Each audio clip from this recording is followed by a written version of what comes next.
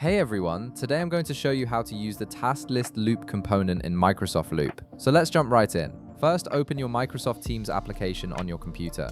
Once Teams launches and you can see your main dashboard, navigate to any conversation where you want to create and share your task list. This could be a one-on-one chat or a group conversation, depending on who needs access to these tasks. At the bottom of the conversation window, you'll notice several icons for different features. Look for and click on the loop component icon.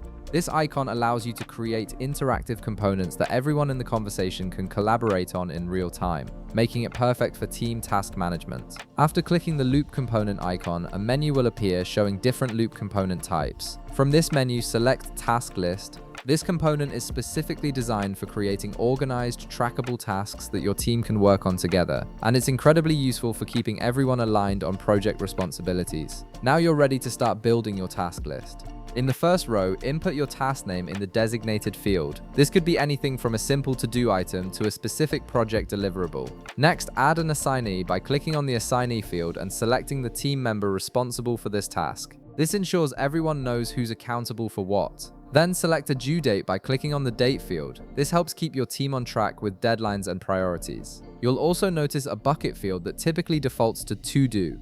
Click on this field to customize your task statuses. For example, you can click Add Option and create a new status like In Progress to better reflect where tasks are in your workflow. This customization allows you to track task progress more effectively throughout your project lifecycle. Once you've filled out all the details for your first task, you can repeat this process to fill up additional rows. Simply move down to the next row and enter the task name, assignee, date, and bucket status for each new task. This helps you build out your complete task list systematically.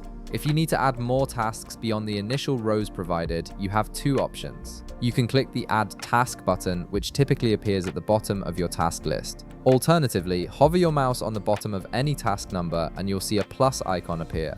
Clicking this plus icon lets you add a new task directly below that specific number, giving you flexibility in how you organize your list. After you've created and organized all your tasks, click the Send button to share the loop component with everyone in the conversation.